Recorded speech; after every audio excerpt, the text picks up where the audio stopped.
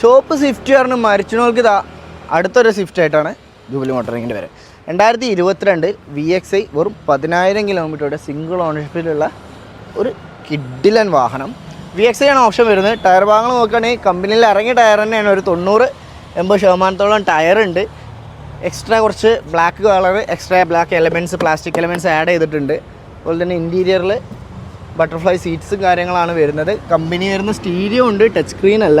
Reverse sensor കാര്യങ്ങളൊക്കെ വരുന്നുണ്ട്. Metre നോക്കിയാൽ വെറും 9322 കിലോമീറ്ററാണ് ഈ വാഹനം ഓടിയിട്ടുള്ളത്. ഇൻറ്റീരിയറൊക്കെ നോക്കുകയാണെങ്കിൽ നല്ല ക്ലിയർ ആണ്, നല്ല നീറ്റാണ്. ബ്ലാക്ക് ആണ് മെറ്റീരിയൽ വരുന്നത്. അതുപോലെ ഡാഷ്ബോർഡും കാര്യങ്ങളൊക്കെ സ്ക്രാച്ചസോ കാര്യങ്ങളല്ലാതെ നീറ്റാണ്. 2022 VXi ആണ് വരുന്നത്. ഇവിടെ കണ്ടോ വലുതാക്കി സുസുക്കി എന്നൊക്കെ ഒരു സ്റ്റിക്കർ കൊടുത്തിട്ടുണ്ട്.